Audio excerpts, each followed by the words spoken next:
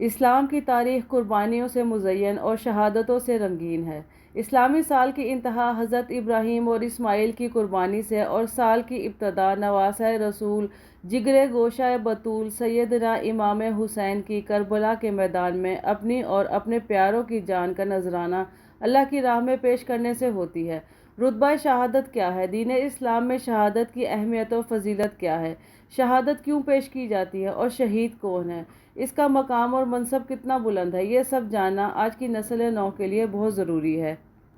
شہید کا لغوی معنی ہے گواہ، کسی کام کا مشاہدہ کرنے والا، اور شریعت میں اس کا مفہوم ہے اللہ تعالیٰ کے دین کی خدمت کرتے ہوئے اپنی جان قربان کرنے والا، میدان جہاد میں لڑتے ہوئے یا جہاد کی راہ میں گامزن یا دین کی دعوت و تبلیغ میں، اور جس موت کو شہادت کی موت قرار دیا گیا ان میں سے کوئی موت پانے والا۔ اسلام میں شہید کا بڑا مقام ہے۔ قرآن کریم میں ایسے لوگوں کے متعلق جو راہ حق میں شہید ہو جاتے ہیں کہا گیا ہے کہ تم انہیں مردہ نہ کہو بلکہ وہ زندہ ہیں اور انہیں ان کے رب کی طرف سے رزق دیا جاتا ہے۔ ایک روایت میں ہے کہ تم شہید کی لاش کو غسل نہ دو کیونکہ بروز قیامت اس کے ہر زخم اور خون کے ہر قطرے سے مشک کی خوشبو پھیلے گی۔ یعنی اللہ کے لیے نیک نیتی سے میدان جہاد میں کافروں مشرکوں کے ساتھ لڑتے ہوئے قتل ہونے والا، شہادت کی موت کا درجہ پانے والا، یعنی میدان جہاد کے علاوہ ایسی موت پانے والا جسے شہادت کی موت قرار دیا گیا ہے۔ رسول اللہ کی امت پر اللہ تعالیٰ کی خصوصی رحمتوں میں سے ایک یہ بھی ہے کہ سابقہ امتوں کے شہیدوں کی طرح امت محمدیہ میں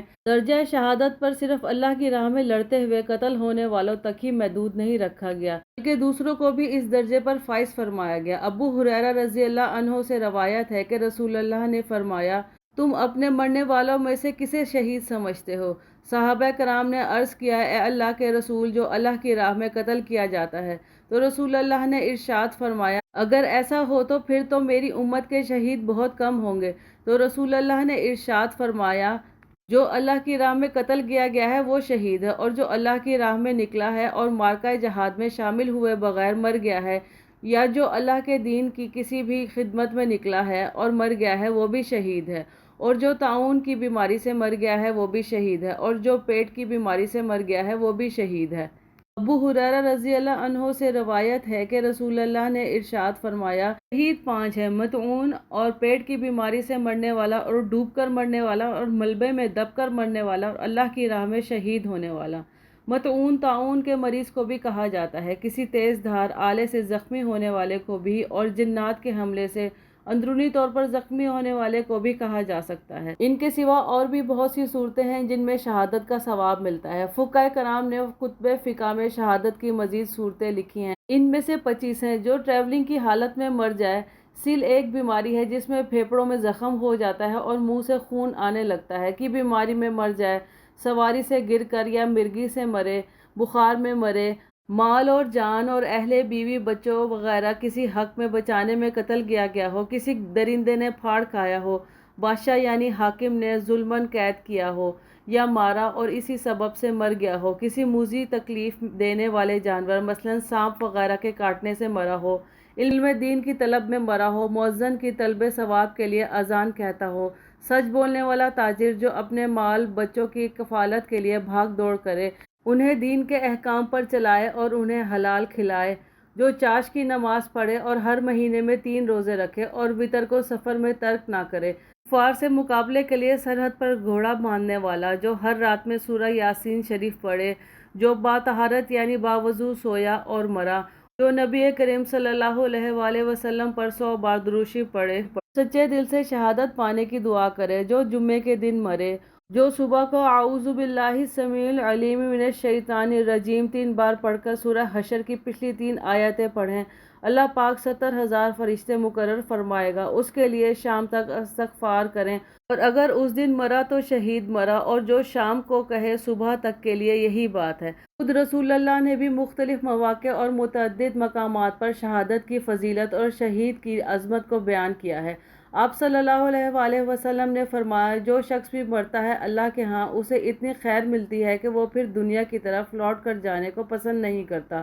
چاہے اسے دنیا کی تمام نعمتیں کیوں نہ مل جائیں، سوائے شہید کے، کیونکہ وہ شہادت کی فضیلت کو دیکھ چکا ہوتا ہے، اس لیے وہ تمنا کرے گا کہ دنیا کی زندگی کی طرف لوٹ کر پھر دوبارہ شہادت کا مرتبہ پائے۔ آپ صلی اللہ علیہ وآلہ وسلم نے شہید کے خون کے قطرے کو اللہ کا پسندیدہ اور محبوب قطرہ قرار دیا ہے، اور بھی متعدد احادیث میں شہادت کی فضیلت اور شہید کی عظمت کو بیان فرمایا ہے۔ اللہ کے راستے میں جانثاری اور قربانی بھی بہت عظمت کی حامل ہے، اور قربانی دینے والے جانثاروں کا مقام اور مرتبہ بھی بہت عرفہ اور اعلیٰ ہے۔ رسول اللہ نے شہید کے بلند مرتبے اور مقام کو بیان کرتے ہوئے فرمایا، سب سے افضل شہداء وہ ہیں جو جہاد کی پہلی صف میں شامل ہو کر جہاد کرتے ہیں، اور وہ اس وقت تک اپنی جگہ سے نہیں ہٹتے جب تک اللہ کی راہ میں شہید نہ ہو جائیں۔ یہی وہ لوگ ہیں جو جنت کے بالا خانوں میں عیش و عشرت کے ساتھ رہیں گے، انہیں ان کا رب دیکھ کر مسکرائے گا، جبکہ حقیقت یہ ہے کہ جب رب کسی بندے پر کسی موقع پر مسکرا دے تو اس کا حساب کتاب نہیں ہوگا۔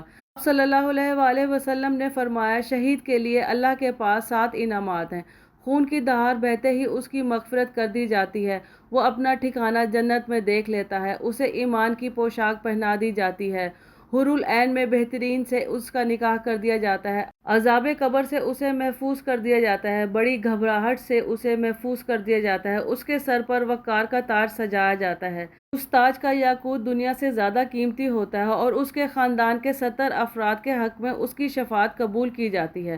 شہادت ایک عظیم مقام اور بلند درجہ ہے۔ شہادت خود نصیبی کا زینہ ہے۔ یہ وہ سعادت خداوندی ہے جس کی تمنا خود سرور کائنات نے کی تھی۔ فرمایا، میرا جی چاہتا ہے کہ میں اللہ کے راستے میں شہید کیا جاؤں، پھر زندہ کیا جاؤں، پھر شہید کیا جاؤں، پھر زندہ کیا جاؤں، پھر شہید کیا جاؤں، پھر زندہ کیا جاؤں۔ حضرت سیدنا ابو بکر صدیق دعا فرماتے ہیں، اے اللہ مجھے اپنے راستے میں شہادت عطا فرما، اور اپنے حبیب کے شہر مدینہ میں موت عطا فرما۔ یہی تمنا اور جذبہ اور شوق شہادت تمام صحابہ کرام میں بھی موجود تھی۔ اللہ پاک سے دعا ہے کہ ہمیں بھی ایمان اور عافیت کے ساتھ گنبد خضرا کے سائے میں شہادت کی موت، جنت البقیع میں مدفن، اور جنت الفردوس میں نبی اکرم صلی اللہ علیہ وآلہ وسلم کا پڑوس نصیب فرمائیے۔ آمین ثم آمین یا رب العالمین۔